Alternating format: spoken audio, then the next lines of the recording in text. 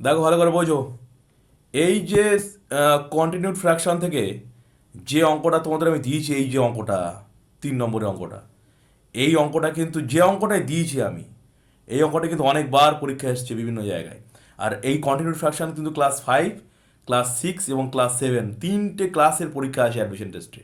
শুধু একটা ক্লাস 5 না, 5ও আসে, 6ও আসে, 7ও আসে।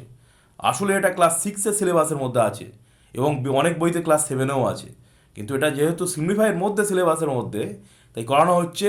এটা কিন্তু নরেন্দ্রপুর, পুরুলিয়া, রহড়া, দেওঘর, দেওঘর তো আসে, দেওঘর, দেওঘরে এবার যারা যারা পরীক্ষা দিয়েছে ছেলেরা, তার মধ্যে বেশিরভাগ 2-1 জন বাদ দিয়ে প্রায় সবাই দেওঘরে চান্স পেয়েছে। এরকমভাবে এরকম রেজাল্ট এর আগে কোনোদিন হয়নি। দেওঘরের পরীক্ষা যারা দিয়েছে, যেসব দাদারা তারা চান্স পেয়েছে, আছে কিনা ক্লাসে জানি না তারা, কিন্তু দেওঘরের পরীক্ষার প্রশ্ন নরেন্দ্রপুর থেকেও সহজ হয়, আমি আগেও বলেছি একবার। কারণ দেওঘর হচ্ছে সিবিএসই বোর্ড, আর নরেন্দ্রপুর যেহেতু প্রচুর কম্পিটিশান, প্রচুর ছেলেরা পরীক্ষা দেয়। আর নরেন্দ্রপুর ওয়েস্ট বেঙ্গল বোর্ড, এখানে একটু প্রশ্ন কঠিন হয়। যেমন তোমাদের বাবা মাকে জিজ্ঞেস করলে বুঝতে পারবে, ক্যালকাটা ইউনিভার্সিটির প্রশ্ন কঠিন হয়, অন্যান্য কল্যাণী ইউনিভার্সিটি, বিদ্যাসাগর ইউনিভার্সিটি, অন্যান্য ইউনিভার্সিটির প্রশ্ন সহজ হয়। ঠিক আমাদের ওয়েস্ট বেঙ্গল বোর্ডে, হ্যাঁ, এদিকে নেই ওদিকে আছে, প্রশ্ন বিরাট কঠিন। সিবিএসসি বোর্ড, আইসিএসসি বোর্ডের ওদের প্রশ্ন একটু সহজ হয়, কারণ ওরা সিলেবাস, গভর্নমেন্টের যে সিলেবাস আছে সেই সিলেবাস ধরে প্রশ্ন করে ওরা। সিবিএসসি বোর্ডে দেওঘরে যারা পড়তে চাও আগামী দিন, তাদের জন্য বলি, খুব ভালো প্রশ্ন, সহজ, চান্স পাওয়া খুব সহজ। একটু ভালো করে পরীক্ষা দিলে ওখানে চান্স পাওয়া যায়, খুব ভালো। মনে হয় ওখানে চান্স, যেটা দূরে হয়ে যাচ্ছে ঠিকই, কিন্তু পড়াশুনোর পরিবেশ ভালো এবং খুব ভালো দেওঘর রামকৃষ্ণ মিশন। তা সেই জন্য এইগুলো লাগবে কাজে আগামী দিন। দেখো, তো ব্যাপারটা যেটা দাঁড়াচ্ছে, এই ধরনের এই যে সিম্পলিফাইটা তোমাদের দিয়েছি 3 নম্বরটা, এই 3 নম্বর সিম্পলিফাইটা এই একই প্যাটার্নের প্রশ্ন কিন্তু এর আগে বহুবার এসছে। তাই এই জন্য বললাম এই প্রশ্নটা খুব ইম্পর্টেন্ট। এর পাশে স্টার চিহ্ন দেবে। আর একটা অঙ্ক করাবো দেখবে 6 দিয়ে, 6 - 6 এর পরে, সেটাও পরীক্ষা এসেছে বিভিন্নবার।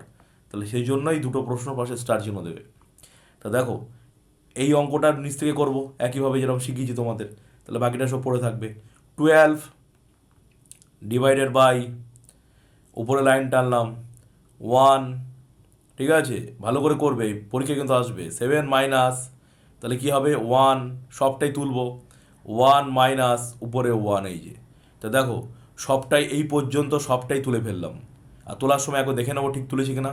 7 - 1, 1 মাইনাস, এই পর্যন্ত ঠিক করে তুলবো, মুখে বলবো আর তুলবো, তাতে ভুল হবে না। একটা 1 বাদ গেলে, একটা 7 বাদ গেলে, একটা লাইন বাদ গেলে পুরোটাই ভুল হয়ে যাবে, পরে আর করার সময় পাবে না। এই হলো। এবার দেখো, 1 + 1/2 এটা করবো। 1 + 1/2 মানে 2 1 2, আর 1 অ্যাড করলে কী হয়, 3/2। এই দেখো 3/2 লিখলাম, এই যে 3/2। এইভাবে লিখবো, এরকম নয়, এটা এই লাইনটা বড় লাইন, তুমি আবার এরকমভাবে লিখো না, এই যে 3/2, তাহলে নিজেই বুঝতে পারবে না, তখন মনে হবে এইটা বড় আর এইটা হচ্ছে নিউমিনেটর বা লব, এটা ডিভাইড দাগ, এটা ডিনোমিনেটর বা হর, তখন মনে হবে। সেই জন্য বলছি প্রত্যেকটা লাইন ঠিক করে করতে হবে, না ভুল হয়ে যাবে। ঠিক আছে, এই 1/3, এই 1/3 আছে, এই দেখো এই এই কোথায় গেল, এই বড়, সরি, এই দেখো 7 - 1, এই যে 7 - 1, 1 - 1, এই 1 মাইনাস, এই যে 1 মাইনাস এই 1 বাই এটা দেখো কী আছে, 2 1 2, এই 3/2, তাহলে এই ছোট হবে এটা, এই 3/2। এই অঙ্ক ভুল হওয়ার জন্য এইগুলো করলেই ভুল হয়। দেখো, এই হচ্ছে ফিগার। তাহলে এরকম ফিগার হলে কী হবে, এই 2টা 1-এর সাথে ইন্টু হবে, যেহেতু ডিভিশনের লাইন আছে। আমি যখন বলছি মুখে মুখে, তুমিও এরকম বলবে, বুঝে বুঝে করবে, এইভাবে হবে। তাহলে পরের লাইন কী হবে, 12 ডিভাইডেড বাই, এই 12 ডিভাইডেড বাই দিলাম, ডিভাইড দিলাম বাই, বড় একটা দাগ দিলাম, দিয়ে উপরে কী হবে, 1, এই 1 দিলাম। তার নিচে কী আছে, 7 মাইনাস একটু বড় দাগ, এই 1, ঠিক। তারপরে কী আছে, 1 মাইনাস, 1 মাইনাস হয়ে কার সাথে ইন্টু হবে, এই 1-এর সাথে 2 ইন্টু হবে, মুখে বলবার করো, ভুল হবে না। 1 × 2, আর নিচে কে আছে, এই 3, এই 3 চলে এলো, এই যে। তো বুঝতে পারছো, সব থেকে বড় দাগ এটা, তারপরে এটা মাঝামাঝি, তারপরে এটা ছোট, এইভাবে থাকবে। নাহলে এইসব অঙ্ক এখন হয়তো পাচ্ছ, পরীক্ষার সময় সব গন্ডগোল করে আসবে। তাহলে 2 ডিভাইডেড বাই, এই বড় লাইন টানলাম, তাহলে উপরে কে আছে, 1, এই যে। নিচে কে আছে, 7, এই যে, মাইনাস, এই বড় লাইন টানলাম, ঠিক। উপরে কে আছে, 1, এই যে। আচ্ছা, নিচেকে ওয়ান মাইনাস, এবার কি করবে, এটা গুণ করবো 2 1 2/3, এই যে 2 1 2/3, এই যে হয়ে গেল। তাহলে আবার এই বিয়োগটা করব, আর বাকিটা সব পড়ে থাকবে। তাহলে কি হবে, 12 ডিভাইডেড বাই এই বড় করে দাগটা অনুযায়ী নিচেকে উপরে কী লিখবো 1, এর মুখে মুখে বলবো আর করবো। তাহলে কি হবে, এই সব অঙ্ক আর প্র্যাকটিস করতে হবে না, একবার দুবার করলেই সব মাথায় ঢুকে থাকবে। মনোযোগ দিয়ে করতে হবে। 1 বাই এটাকে অ্যাড করলে, অ্যাড বলছি সরি, মাইনাস করলে কী হবে, 3 1 3, তার থেকে 2 মাইনাস করলে 1/3 হয়। তাহলে 1/3, এই যে আবার দেখছি সেই ফিগার এসছে, সেই আকার এসছে, সেই ফর্মে এসছে। তাহলে কী হবে, 3টা 1-এর সাথে ইন্টু হবে, আর বাকিটা পড়ে থাকবে। ইন্টুটা করে দেখাতে হবে।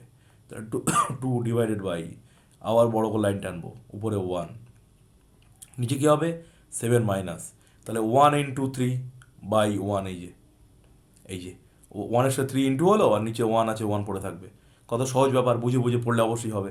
তাহলে 12 ডিভাইডেড বাই, এই যে তাহলে উপরে কী হবে, বড় 1, এই যে নিচে কী হবে 7 মাইনাস, দেখো 3 1 3, এই যে আর এর নিচে তো 1-এর কোনো ভ্যালু নেই, যে কোনো নাম্বারের নিচে কিছু নেই মানে 1 থাকে জানো, তাই তো কোনো ভ্যালু নেই, তা সুতরাং দেওয়ার কোনো দরকার নেই।